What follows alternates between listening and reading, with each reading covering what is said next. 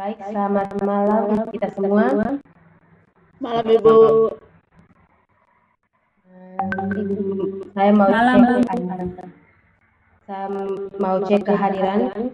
Semoga semua malam ini bisa hadir di pertemuan kita, pertemuan pertama kita hari ini. Sebelum mulai kegiatan pembelajaran malam hari ini, saya harap kita semua bisa berdoa di dalam hati kita masing-masing untuk bisa memulai kegiatan pembelajaran hari ini. Berdoa kita mulai. Baik, berdoa selesai. Baik, untuk malam hari ini kita akan masuk kepada materi utama kita yang akan kita bahas, yakni tentang sistem satuan internasional pada sistem kelistrikan dan elektronika.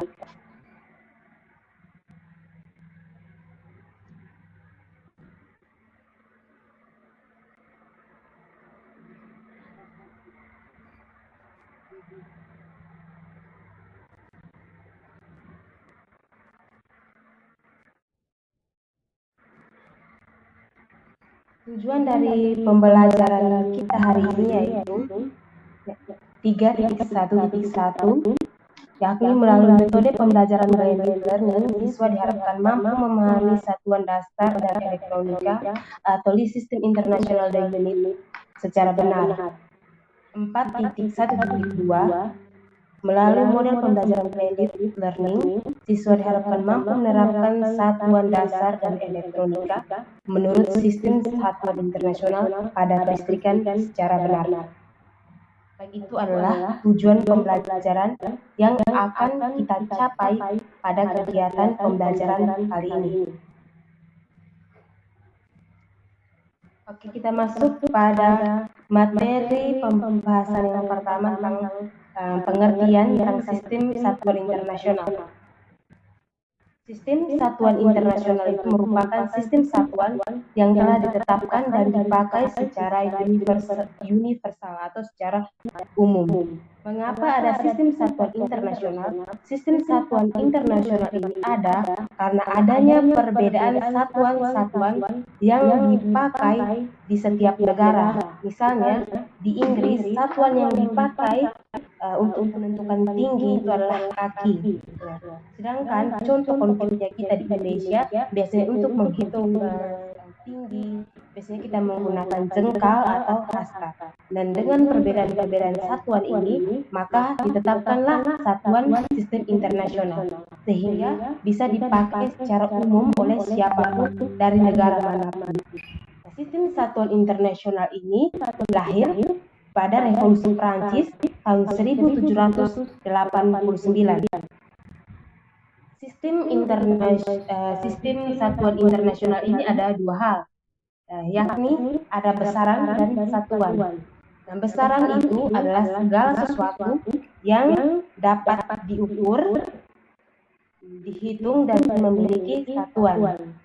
Sedangkan satuan itu sendiri adalah satuan ukur yang digugakan untuk memastikan suatu kebenaran dari pengukuran. Contoh konkret, kita mengukur tinggi dari meja. Untuk contoh tinggi meja adalah 25 cm. Besar yang dimaksudkan di sini adalah tinggi meja, yaitu 25. Sedangkan satuan itu adalah sentimeter, di mana kita mengetahui kebenaran dari pengukuran dari tinggi meja tersebut adalah 25 cm dengan menggunakan satu alat ukur yang biasa kita gunakan yakni mistar. Nah, di dalam besaran itu sendiri terbagi atas dua, yakni ada besaran pokok dan juga besaran turunan. Besaran pokok tentunya adalah besaran yang tidak diturunkan dari besaran lain, tapi besaran pokok itu menjadi dasar untuk menentukan besaran-besaran yang lain. Nah, contohnya seperti kita lihat pada tabel, ada besaran pokok panjang, ada 7 besaran pokok, yaitu panjang, massa, waktu, suhu, kuat arus, intensitas cahaya, dan jumlah saat. Yang berikut adalah besaran turunan. Besaran turunan itu merupakan turunan dari besaran-besaran pokok yang ada pada tabel yang pertama ini. Oke, untuk satuan juga ada besaran, ada juga satuan. Satuan itu juga terbagi atas dua, yaitu satuan turunan dan satuan pokok. Satuan-satuan dapat dilihat, dan ini merupakan lambang dari satuan pokok, yaitu meter, kilogram, sekon, kelvin, ampere, kandela, dan mol merupakan satuan-satuan pokok. Sedangkan meter persegi, meter sekon kuadrat, newton atau kilogram meter sekon kuadrat itu merupakan satuan-satuan turunan yang diturunkan langsung dari besaran-besaran pokok. Yang berikut adalah dimensi. Dimensi merupakan satuan besaran yang menunjukkan bagaimana suatu besaran turunan itu dapat diturunkan secara langsung dari besaran pokok. Dapat kita lihat di sini ada satuan pokok, yaitu ada satuan pokok, dan pada tabel ini ada besaran pokok, satuan pokok, dan juga lambang dimensinya. Hal paling pertama dan utama yang harus kita ingat adalah yang menjadi dasar untuk menentukan dimensi besaran turunan atau satuan turunan itu merupakan satuan pokok. Ini ada hal yang paling dan harus diingat, yakni panjang dengan lambang dimensinya ada L, massa yang dalam kurung ini merupakan tanda dari dimensi. Yang berikutnya massa dengan satuan M besar, waktu dengan lambang dimensi T besar, arus listrik dengan lambang dimensinya I besar, suhu dengan lambangnya seperti yang dilihat, jumlah saat lambangnya N, dan intensitas cahaya atau kandela dengan lambang yang bisa dilihat. Nah, ini merupakan besaran-besaran turunan dengan lambang-lambang dimensinya. Contohnya ada percepatan dengan lambang L, P, bin 1. Oke, nah sekarang muncul satu pertanyaan, bagaimana bisa satu turunan diturunkan dari besaran pokok? Caranya itu bagaimana untuk memastikan bahwa tabel yang kedua ini betul-betul diturunkan dari besaran pokok. Baik, ini ada satu contoh tentang rumus dari suatu kecepatan. Kecepatan itu merupakan besaran turunan. Nah, rumus dari kecepatan itu merupakan V per S. V itu menyatakan kecepatan dengan satuan yang kita ketahui adalah meter per sekon, sedangkan jarak itu merupakan S dengan satuannya meter, dan T merupakan waktu dengan satuan sekon. Dapat kita lihat dapat teman-teman cari di internet atau di Google tentang rumus-rumus atau satuan-satuan dari satuan turunan yang lain. Nah, teman-teman lihat S atau jarak satuannya adalah M. Nah, teman-teman lihat bahwa satuan M, nah si panjang satuan pokoknya adalah M. Berarti dimensi yang diterapkan dalam satuan turunan dari kecepatan tadi adalah dimensinya adalah L besar, karena satuannya adalah meter. Yang berikutnya adalah dimensi S atau waktu. Nah, waktu pada besaran pokok itu satuannya adalah T. Dan dimensinya itu adalah T besar. Maka dapat dihasilkan dimensi dari kecepatan itu merupakan T L besar per T besar atau meter per sekon.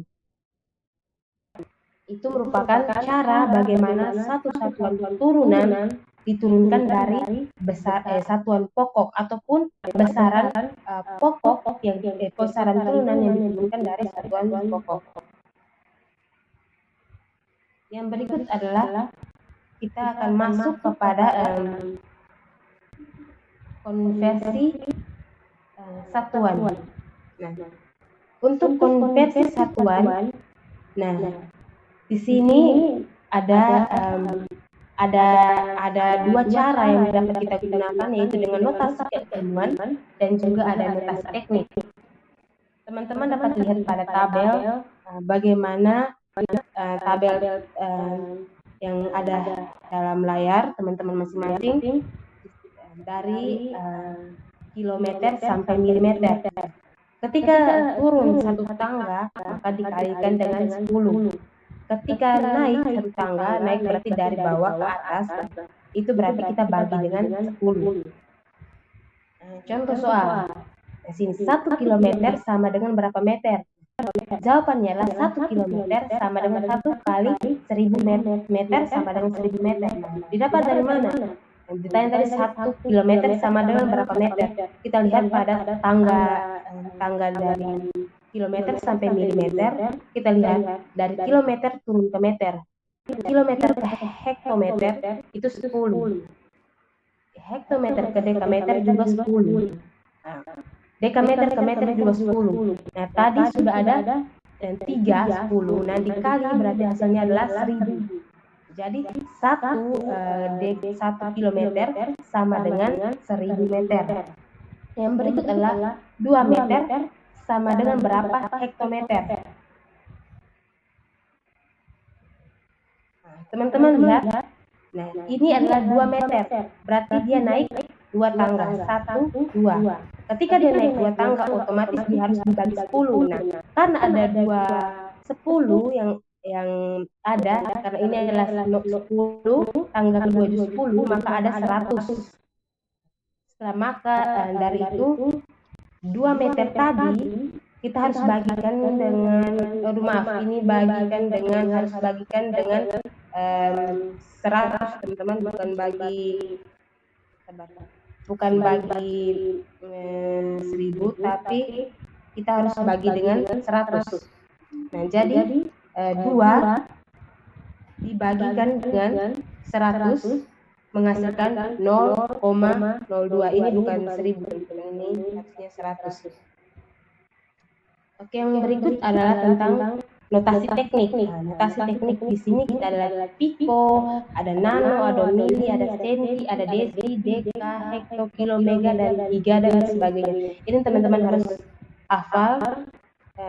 Kalau bisa ingat terus dengan simbolnya, dengan pangkatnya. Di sini kita lihat contohnya adalah pico. Di sini 0, pangkat 10-nya adalah 10, pangkat min 12. Dari mana datangnya min 12? Teman-teman kita hitung ini. Ada berapa 0 di belakang angka koma yang ada di depan? Maksudnya ada berapa angka di belakang dari koma yang sudah ada di depan? Kita hitung ada berapa angka ini. 1, 2, 3, 4, 5, 6, 7, 8, 9, 10, 11, 12. Nah, kita temui bahwa ada 12 angka di belakang koma. Nah, di belakang koma otomatis menandakan harga minus. Jadi, perpangkatan 10 yang bisa kita tulis supaya lebih mempermudah kita adalah 10 pangkat min 12. Begitu juga dengan seterusnya. Ya, contohnya adalah salah contoh. Di sini kita dapat lihat 0,5 kilo ohm sama dengan berapa ohm. Kita harus tahu dulu 1 kilo ohm itu berapa ohm. Teman-teman dapat jadikan patokan dari tangga notasi di depan ini sebagai patokan teman-teman. Tinggal saja teman ganti kilometer dengan kilo ohm dan sebagainya sampai dengan mili ohm. Nah, di sini kita lihat kilo ohm, kilometer kita ganti dengan kilo ohm. Nah, ohm, meter kita ganti dengan ohm. Nah, dari sini kilometer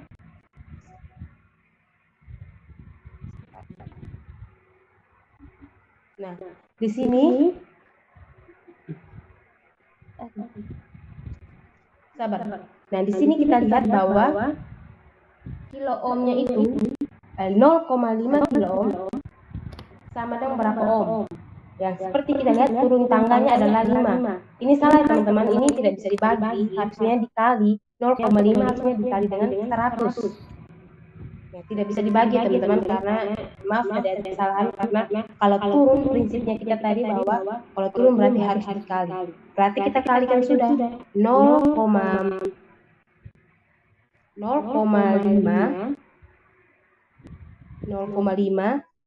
dikali dengan 100. Berarti hasilnya adalah 50. Nah, 50 sini adalah angka yang adanya 1 0, hanya ada 1 0. Berarti otomatis dapat kita tulis notasi tekniknya adalah 5 kali 10 pangkat 1. Nah, itu menyatakan 5 dikali 10. Otomatis hasilnya adalah 50.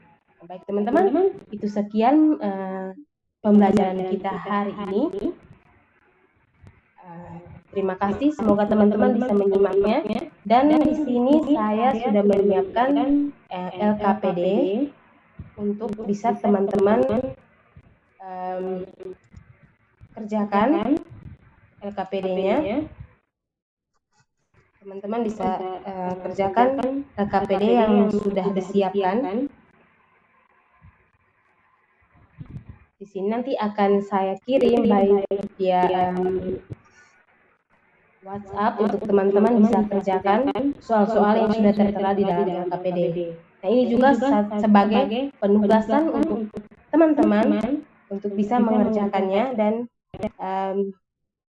minggu depan untuk pertemuan kali berikutnya ketika masuk saya akan melakukan pemeriksaan terhadap lembar kerja teman-teman melalui LKPD. Kalau teman-teman memang belum mengerti dan tidak mengetahuinya, teman-teman bisa chat pribadi dengan saya melalui via WhatsApp ataupun chat melalui grup yang sudah kita buat sama-sama.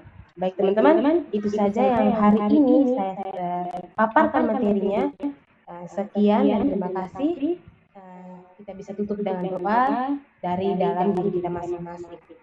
Oke, berdoa dimulai. Baik, berdoa selesai. Oke, sekian dari saya. Terima kasih.